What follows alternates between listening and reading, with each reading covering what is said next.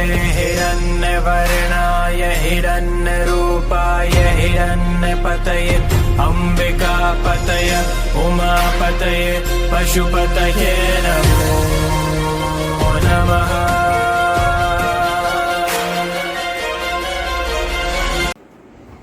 नमस्कार। ज्योतिष के इस अद्भुत कार्यक्रम में आप सबका अभिनंदन है, आप सबका स्वागत है। तो आज का हमारा जो टॉपिक है वो टॉपिक है केतु देव महाराज आपके चार्ट में एक भाव को लेकर के कैसे आपकी लाइफ में ट्रांसफॉर्मेशन लाते हैं, कैसे आपको वहाँ पर थोड़ा बहुत ऊपर नीचे होना पड़ता है, कैसे वो कुछ अच्छा या कुछ बुरा करते हैं डिपेंडिंग ऑन कि वो कौन से साइन में बैठे हैं, कौन सा ग्रह उनको देखता है, कौन सा क्या करता है। तो कुछ चार्ट के थोड़े बहुत एग्जांपल भी दे सकता हूँ आपको इसमें। तो केतु को बोलते हैं कुछ वक्त केतु, ठीक है, कुछ वक्त केतु ऐसा बोला गया है ज्योतिष के अंदर, वैदिक ज्योतिष के अंदर। अब मेरे को नहीं पता कि जो साइडेरियल या दूसरे जो है ट्रॉपिकल फॉर वेस्टर्न एस्ट्रोलॉजी को क्या बोलते हैं, क्या नहीं बोलते हैं। तो केतु क्या है आपके चार्ट में जहाँ पर भी बैठते हैं, जहाँ पर भी, वहाँ से 4th हाउस से रिलेटेड आपको लाइफ में कुछ ना कुछ ऊपर नीचे करेंगे। वैसे तो बात सही है कि कुछ ना कुछ तो आदमी लाइफ में होता ही रहता है, इसमें नई बात कौन सी है। नई बात यह है कि केतु उस साइन से रिलेटेड या उस घर में बैठे हुए ग्रह से रिलेटेड आपको लाइफ में कुछ ना कुछ ऊपर नीचे करेंगे, जो आपके फेवर में भी हो सकता है, आपके अगेंस्ट भी हो सकता है। वो डिपेंड करता है कि केतु कौन सी राशि में बैठे हैं, कौन से घर में बैठे हैं, मित्र के घर में है, दुश्मन के घर में है, मित्र की राशि में है या दुश्मन की राशि में है, उस पर ये डिपेंड करेगा। और इसको आपको वेरीफाई करके मेरे को कमेंट बॉक्स में बताना कि ये बात कितनी सही है, क्योंकि मेरे जो भी लॉजिक है, जो भी मेरी चर्चा का विषय है, वो मैं आपके सामने रखता हूँ, क्योंकि मेरे को कहीं और से क्लैरिफिकेशन मिलती नहीं। तो मेरे लिए जनता जनार्दन ही क्लैरिफिकेशन है। आप लोग ही इस बात को प्रूव करेंगे कि हाँ ऐसा होता है या नहीं होता। क्योंकि मेरे को कोई संस्था नहीं है जहाँ पर जाके मेरे को बिल पास करवाना है कि देखिए सर केतु से चौथे में जाए कुछ होता क्या नहीं होता, है ना। तो मेरे लिए सिर्फ आप लोग हो, आप लोग ही इस बात को तस्दीक कर सकते हो या सही या गलत बता सकते हो कि ऐसा कुछ होता कि नहीं होता। तो चार्ट के अंदर बताता हूँ, जैसे स्मिता पाटिल के हाउस में, चार्ट में उनके 4th हाउस, उनके 3rd हाउस में केतु देव बैठे हुए हैं, तीसरे घर में, और उन वहाँ से चौथा घर पड़ता है उनका 6th हाउस, अकाल मृत्यु। उनका सबको पता है उनकी अकाल मृत्यु हुई बच्चा होने के बाद, जो क्या नाम उसका, प्रतीक बब्बर, उसका सुख नहीं भोग पाए वो। जुपिटर बृहस्पति क्या है, बच्चे का कारक होता है।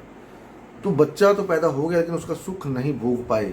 3rd हाउस केतु, वहाँ से चौथा घर 6th हाउस पड़ता है, अकाल मृत्यु, उनकी अकाल मृत्यु हुई। तो ऐसे ही आप देखिए सलमान खान के चार्ट में ऐसा बोला जाता है, मेरे को पता नहीं ये चार्ट सही है या नहीं सही है, कि उनके 8वें घर में केतु है, तो वहाँ से जो चौथा घर पड़ता है वो पड़ता है 11वां घर। तो ऐसा कहा जाता है कि सलमान खान जो भी पैसा कमाते हैं उसमें से काफ़ी सारा पैसा वो डोनेट करते हैं, दान करते हैं, डोनेशन करते हैं अपनी इच्छा से।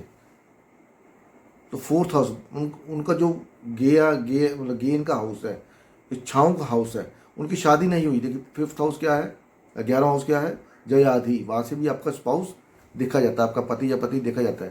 तो अभी इतनी उम्र के होने के बाद में उनका शादी नहीं हुआ, 11वें घर से भी स्पाउस देखते हैं। तो अपना जो उनको प्रॉफिट आता है, जो गेन आता है, जो कमाई वो करते हैं, उसमें से वो डोनेशन दे देते हैं अपनी खुशी के साथ। 8वें घर के तो वहाँ से मतलब 4th हाउस 11वां हाउस पड़ता है। उसके बाद जो चार्ट आप देखें, मैं आपको बताऊँ, स्वामी विवेकानंद, उनका 6th हाउस में केतु है, तो वहाँ से जो चौथा भाव पड़ता है वो भाव पड़ता है अपना 9th हाउस, वहाँ पर लियो साइन है। तो उनका अपने गुरु के साथ, स्वामी रामकृष्ण परमहंस जी के साथ कई बार झगड़ा हुआ, कई बार। वो उनकी बातों को मानते नहीं थे, ऐसा नहीं हो सकता, वो लड़के चले जाते थे, फिर दोबारा 9th हाउस गुरु होता है, तो वो लड़के वापस आते थे, वापस दोबारा उनके पास, जब उनका जो सोचने की इच्छा थी या शांत जो भी था, जैसा भी था, कि यहाँ पर मैं गलत था, लेकिन गुरु से झगड़ा कौन करता है? उन्होंने किया। वो बात की बात है कि बाद में उन्होंने गुरु को पूरी तरह समर्पित हो गए। वो एक और लेजेंडरी एस्ट्रोलॉजर हिंदुस्तान के, उनका नाम नहीं लूँगा यहाँ पर, तो उनका 12th हाउस में केतु है, तो वहाँ से 3rd हाउस को पड़ता है 4th हाउस। तो वहाँ पर जो साइन है वो धनु राशि। धनु राशि क्या होती है? सुप्रीम कोर्ट, हायर जज।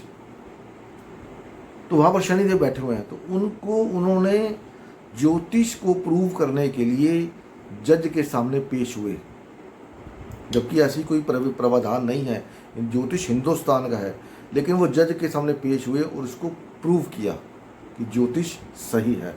एक तरह से ये पीड़ादायक है, क्योंकि उस समय कोई भी ज्योतिषी उनके पीछे नहीं गया, वो अकेले ही गए उस बात को करने के लिए। बड़ा पीड़ादायक होता है ये बात को, कि आपको किसी के सामने जाकर लड़ना पड़ता है और आपकी सपोर्ट के पीछे कोई भी नहीं है। उनके द्वारा लिखे गए लेखों का उनको पूरा भुगतान नहीं हुआ, उनके साथ वहाँ पर धोखा हुआ था किसी समय, किसी ज़माने की बात है ऐसे। तो ऐसे और बहुत सारे विचार्स हैं मेरे पास, तो मैं उनमें से अब कईयों का मेरे को पता है, कईयों को नहीं पता। हमारे जो इंडस्ट्री के एक बहुत बड़े अभिनेता हैं, बहुत बड़ा नाम है उनका, तो उन्होंने भी अपनी कंपनी खोली थी एक, तो उनका केतु लगन के अंदर है, तो वहाँ से जो 4था हाउस पड़ता है वो पड़ता है उनका 4th हाउस। तो वहाँ पर उनका वृषभ राशि है। कंपनी खोली थी बहुत सारी उन्होंने, नाम कमाने के लिए, कुछ करने के लिए, लेकिन वो कंपनी फेल हो गई, सारा इन्वेस्टमेंट उनका ख़राब हो गया और वो काफ़ी वहाँ पर से डामाडोल हो गए थे। उसके बाद एक धारावाहिक ने उनको वापसी दिलवाई और वापस वो उस फील्ड में स्टैब्लिश हो गए। नाम मैं नहीं ले सकता यहाँ पर, तो वो बात आप समझते होंगे कि इन्होंने कंपनी शुरू करी थी और घाटा खाया था। तो ऐसे ही आपके चार्ट में जहाँ पर भी केतु देव महाराज विराजमान हैं, वो अपने से 4थे घर में आपको कुछ ना कुछ ऊपर नीचे करते हैं, करेंगे लाइफ के अंदर। जैसे मेरा लियो साइन में है केतु, मैंने आपको बताया था कि मेरा जो लगन है वो गंडांता का है, तो लियो साइन में वहाँ से मेरा जो 4था घर पड़ता है वो पड़ता है 8वां घर, स्कॉर्पियो साइन। उसको मैं 9 में ले लूँ या मैं 10th में ले लूँ। 9 में लूँ तो मैं हमेशा, मेरे अपने फादर के साथ थोड़े से मतभेद रहे हैं, उनकी वजह से मेरी लाइफ में ट्रांसफॉर्मेशन हुआ है।